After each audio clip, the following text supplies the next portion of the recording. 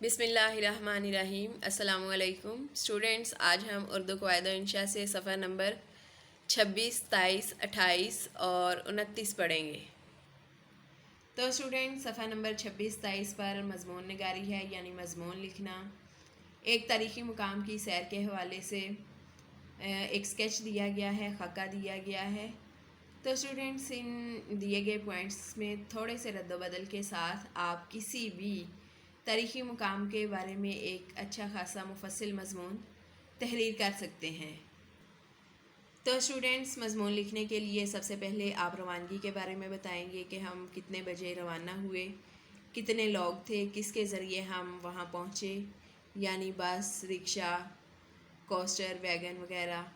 پھر اس کے بعد اونچائی ہے، یعنی وہ عمارت جو ہے وہ کتنی اونچائی پر ہے۔ یہاں مجھے ان پوائنٹس کو دیکھتے ہوئے لگ رہا ہے کہ یہ بادشاہی مسجد کے بارے میں بتایا گیا ہے۔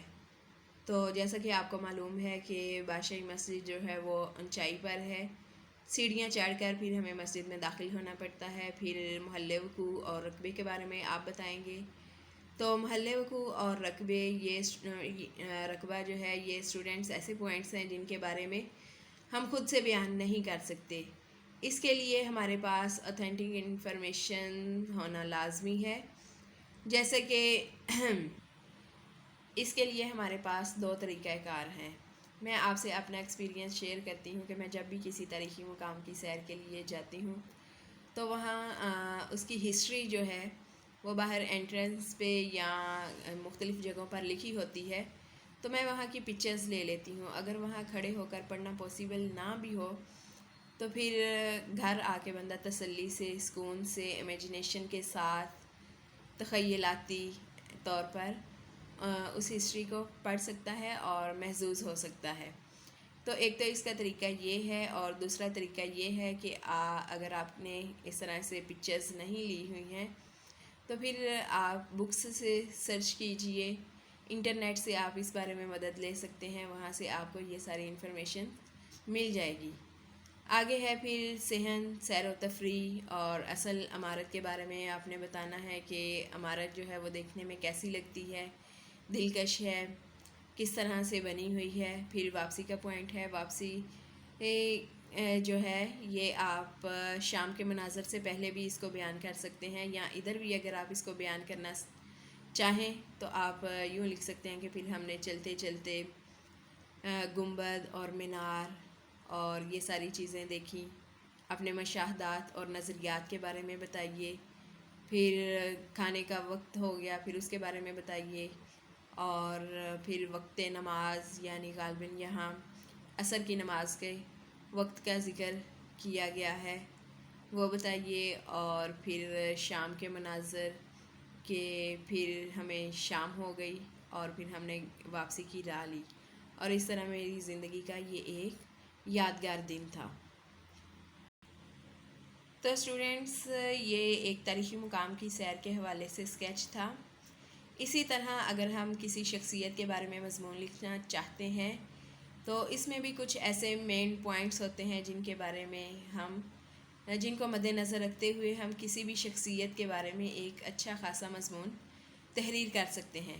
تو اسٹوڈنٹس مضمون لکھنے کا مقصد یہی ہوتا ہے کہ طلبہ میں لکھنے کی صلاحیت کو اجاگر کرنا، ان کا انداز بیاں کس طرح کا ہے اس کی جانچ پرکھ کرنا، اور طلبہ کو اس قابل بنانا کہ وہ کسی بھی چیز کے بارے میں اپنے نظریات اور مشاہدات کو اچھے طریقے سے بیان کر سکیں۔ اسٹوڈنٹس آگے صفحہ نمبر 28، 29 پر کہانی نویسی ہے۔ بہت ہی مشہور کہانی دی ہوئی ہے جو کہ ہم بچپن سے پڑھتے چلے آ رہے ہیں، جس میں اخلاقی سبق ہے کہ ہمیں جھوٹ نہیں بولنا چاہیے۔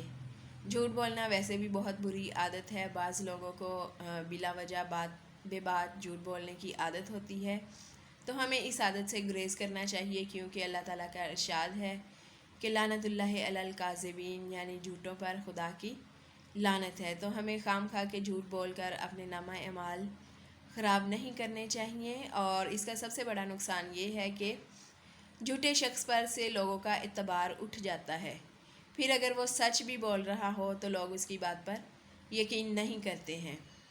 تو یہ جو ادھر کہانی دی گئی ہے یہ ایک گڈریے کے بارے میں ہے کہ ایک گڈریا روزانہ جنگل میں بھیڑ بکریاں چراتا ہے. پھر ایک دن اسے شرارت سوجھتی ہے اور وہ گاؤں کی طرف منہ کر کے چلانا شروع کر دیتا ہے کہ شیر آیا لوگوں میری مدد کرو. اور جب لوگ اس کا یوں چیخنا چلانا سنتے ہیں تو جنگل کی طرف بھاگتے ہیں. اور جب وہ وہاں جا کر دیکھتے ہیں تو گڈریا وہاں کھڑا مسکرا رہا ہوتا ہے. جب لوگ اس سے پوچھتے ہیں کہ تم نے ایسا کیوں کیا تو وہ کہتا ہے کہ میں تو محض مذاق کر رہا تھا. پھر 2-3 دفعہ وہ ایسے ہی کرتا ہے اور لوگ جو ہیں اس کی بات کو سچ سمجھ کر اس کی مدد کو دوڑتے ہیں. لیکن جب وہ وہاں جا کر دیکھتے ہیں تو وہ وہاں کھڑا مسکرا رہا ہوتا ہے اور کہتا ہے کہ میں نے تو صرف مذاق کیا تھا. پھر ایک دن یوں ہوتا ہے کہ سچ مچ وہاں شیر آ جاتا ہے اور شیر جو ہے گڈریے کی بھیڑ بکریوں کو چیڑ پھاڑ دیتا ہے، کھا جاتا ہے اور بھیڑ بکریوں کے ساتھ ساتھ گڈریے کو بھی ہلاک کر دیتا ہے.